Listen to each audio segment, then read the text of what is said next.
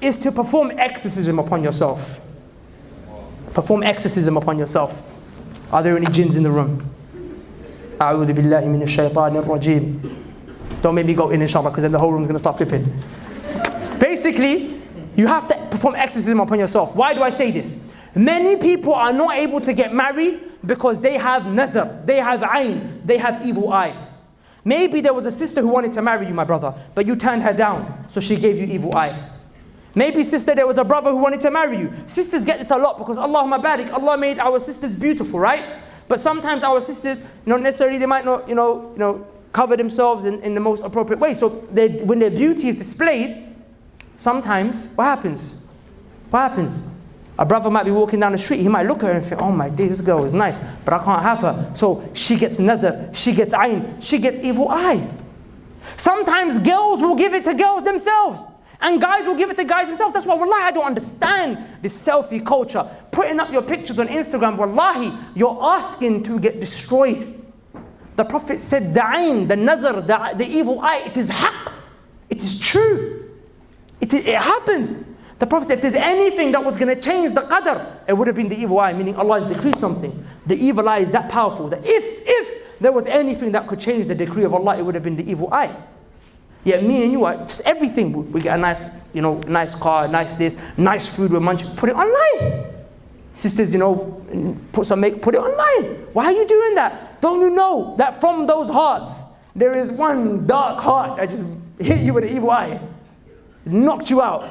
Maybe sometimes it's, families, and it happens in families, that maybe, there was an auntie that wanted you to marry her daughter, and then but then bang, don't worry, somebody brothers, that doesn't happen.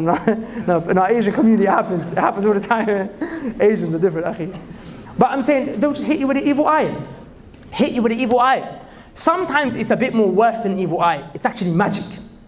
Sometimes you're suffering from magic, and magic is preventing you from getting married. Sometimes it's possession. Sometimes a jinn is in love with you.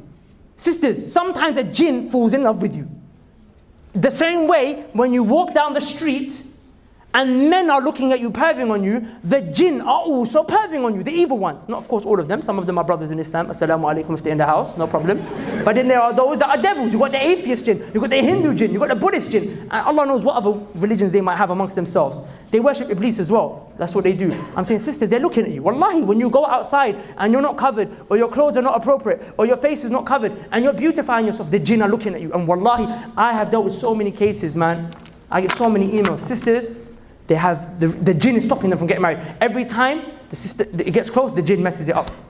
Creates a problem or some sort. Or just generally, shaitan might just be working, because remember, when you get married, half your religion is complete. Half your religion is complete. You are protected from zina and all these filthy sins that are so common that it's so difficult to escape. But you're protected from them with marriage, right? Marriage protects you from them. But shaitan, he wants you to fall into that sin. He doesn't want you to be safe. He doesn't want half your deen to be complete. So shaitan will mess it up for you. That's why you need to be doing exorcism. You need to be doing ruqya on yourself, okay? Now I can't go into too much detail right now because this is about marriage. If it was about ruqya, we talk about ruqya. And if I talk about ruqya all the time, you know what happens? Is that someone pops. And I don't have time for that right now. I'm talking about marriage. Our logo was pink and red and there were hearts. There was no, dark images. I don't want that right today. Last time we did Where's My Babe? Same thing happened. I did it in Norway, same thing. Someone drops, I don't know why. We're talking about husband, wife, but the jinn reacts. But regardless, the point is that right now is not the time. Assalamu alaikum. If you're watching this video, then it's probably because you're looking to get married.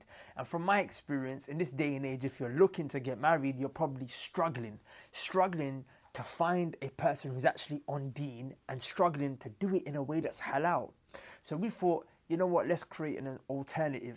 We got a thing called Sunnah Match, which is an online matchmaking service that helps you, with Allah's permission, find the right one in the right way. Does that make sense? Alhamdulillah, people have already been matched since we launched last month. Alhamdulillah, we had over 40 plus matches.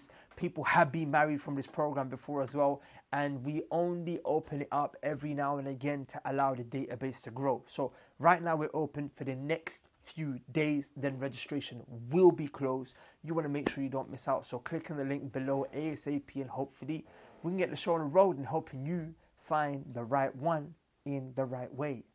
Assalamu alaikum. Peace.